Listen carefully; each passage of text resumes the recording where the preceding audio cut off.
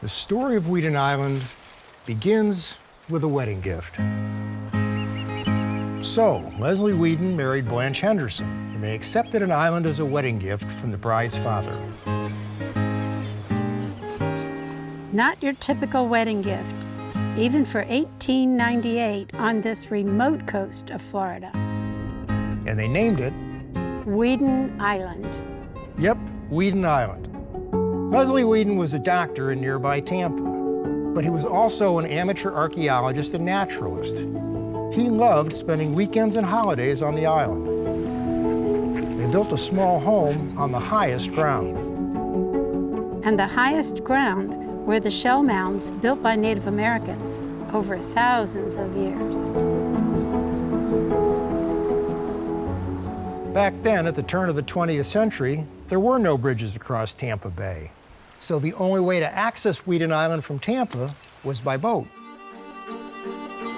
The Weedons would have boated over the blue crabs, scurrying on the bay floor, then by the fiddler crabs on the shoreline, and finally, under the mangrove crabs who live up in the mangrove canopy.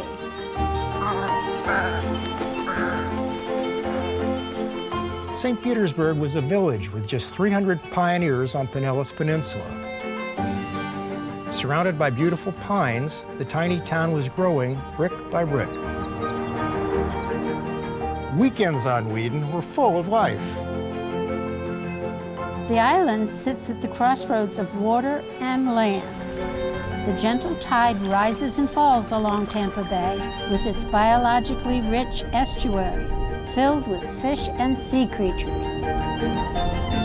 The lower elevation bay transitions into seagrass beds, then mangroves, and coastal prairies that blend into the higher elevation of pinelands, hammocks, and the ancient sand dunes.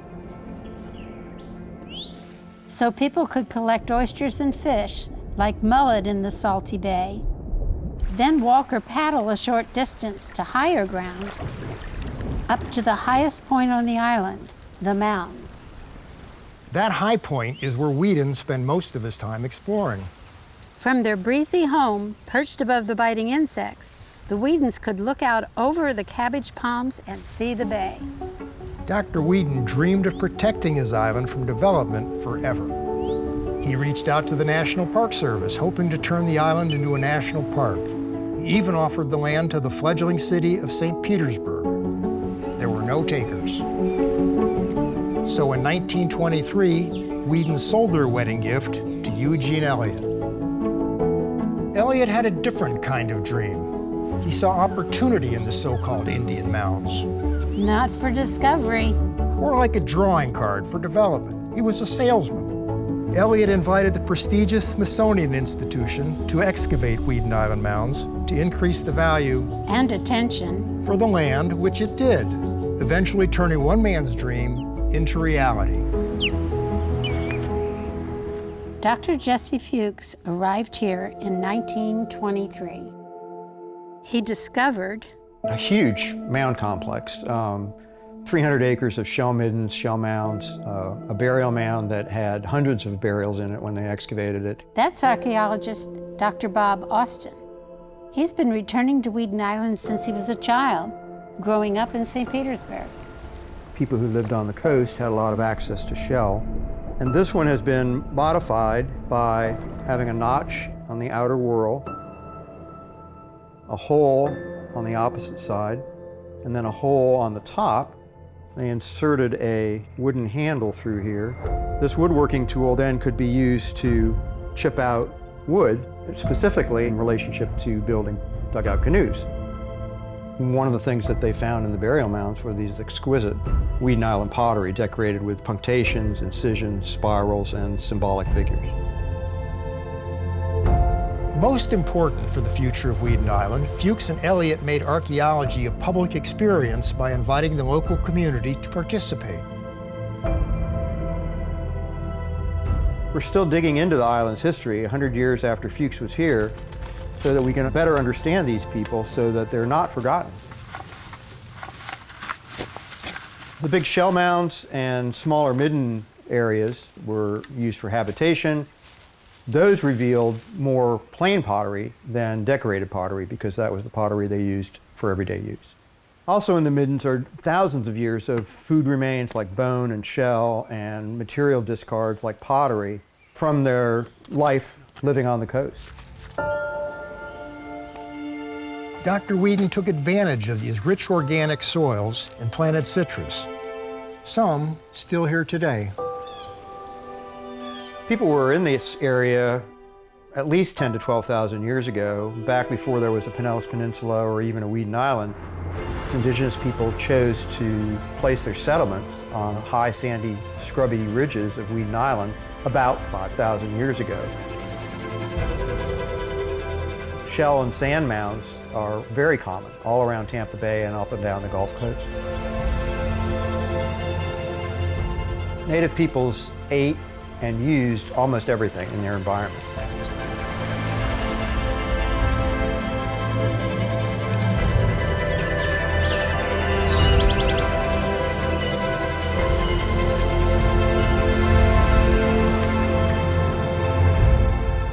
Weedon Island pottery was not just pretty pots. You know, these designs are not like pictures that you put on a wall. They're not just art for art's sake. All of these things had deep meaning for the people who manufactured them. So when they were buried in the burial mounds, those ideas and meanings accompanied the people in their afterlife. With all this amazing history woven into the nature of this island, surely Weedon Island got some protection. Nope. Eugene Elliott did his very best to make money out of his Florida Riviera, envisioning a world-class beach resort like the opulent French Riviera. He began by paving an entrance road with shell from the mounds. It was the Prohibition era. Elliott converted Weedon's home site into a dance club and speakeasy to entice prospective buyers. One legacy of Elliott's entrepreneurial spirit is the Gandy Bridge, which he financed to facilitate access to his Weedon Island real estate.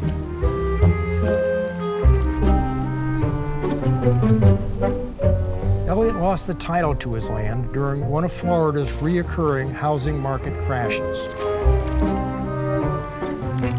The next wave of development brought airplane travel to the Grand Central Airport on Weedon Island. Planes with passengers took flight for the first time next to the ospreys and the ibis.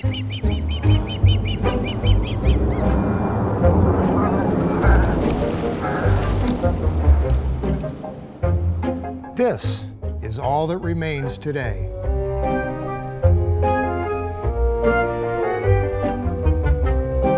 Meanwhile, Elliott's dance club on the north part of the island became Sunhaven Movie Studio. Of course, the studio was built not just on the dance club, but also on top of Dr. Weedon's old home site, which was on top of the Native American shell mound, which was on top of the ancient sand dunes. This was the first movie studio in Florida. Scripps took full advantage of the wild nature sets all around. Joe Mandy, then come back to you. Won't you marry me? No, Jim, I won't. Now let me go. Sounds like the end of our story with two booming businesses on one little island. Not so much. The movie studio went out of business. So did the airport. Beyond the island's mangrove fringe, St. Petersburg was exploding with growth into a vibrant tourist town. Tourists flocked to the Sunshine City after World War II. The north part of Weedon Island was bought by an energy company in 1955. The growing population of St. Petersburg needed energy after all. The south part of the island was on the chopping block for development. So in just 50 years, the modern human civilization was erasing the past civilization that arrived over 10,000 years ago. A community of local citizens rose to the challenge to save Weedon Island. Finally, 37 years after Dr. Leslie Weedon died, his dream came true. The state purchased Weedon Island in 1974, establishing Weedon Island State Park. Over the years, the battle continued, fighting off non-stop development pressures. Biologists knew it was not enough to just protect the land. You have to manage the land. These uplands are adapted to fire from Native American burning and occasional lightning ignitions. Fire keeps the upland habitat open for wildlife like gopher tortoises, towhees, and deer. When a state budget shortage proposed closing the park, Pinellas County moved in with a lease agreement, changing the name to Weedon Island Preserve. They built a mound of their own for a beautiful visitor center to share the preserve's story. During construction, they unearthed an arrowhead that was about 5,000 years old. Today, Weedon Island Preserve is a wild refuge for visitors and locals in the most densely populated county in Florida. Still, signs are everywhere from the past. Archaeologists aren't the only ones who dig on the island. Artifacts surface from the sandy past when gopher tortoises excavate their burrows. In 2011, an ancient Native American canoe was found along the Tampa Bay shoreline. The canoe measures about 40 feet long. The length of the canoe, the fact that it was found in a saltwater environment, both were significant. Most canoes have been found in freshwater environments. This would have been 1/2 of a 24-inch in diameter pine tree, hollowed out, but the upper walls of the canoe are missing because they just didn't preserve.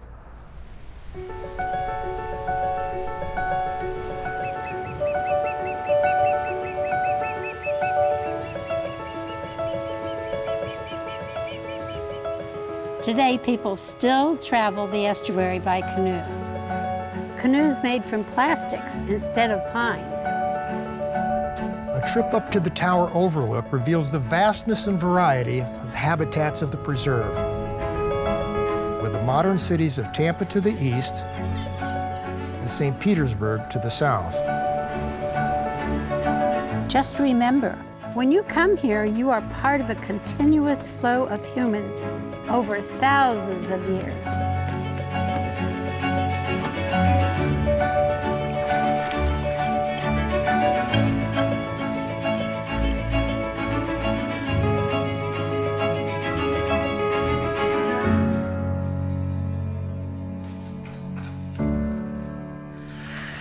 We're really looking for what people's everyday lives were like.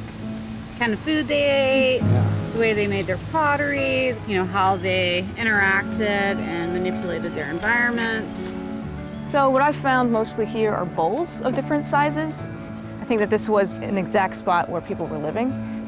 I like pottery because it's something that people personally made with their hands. So when I'm taking something out of the ground, no one's touched that in 1,000 years. And I can get a glimpse into their everyday life by finding out something they made, which I think is fascinating. It's not just an animal bone or something. I like that connection. And we can trace it all back to a wedding gift, which seems appropriate since this island is a gift that keeps giving.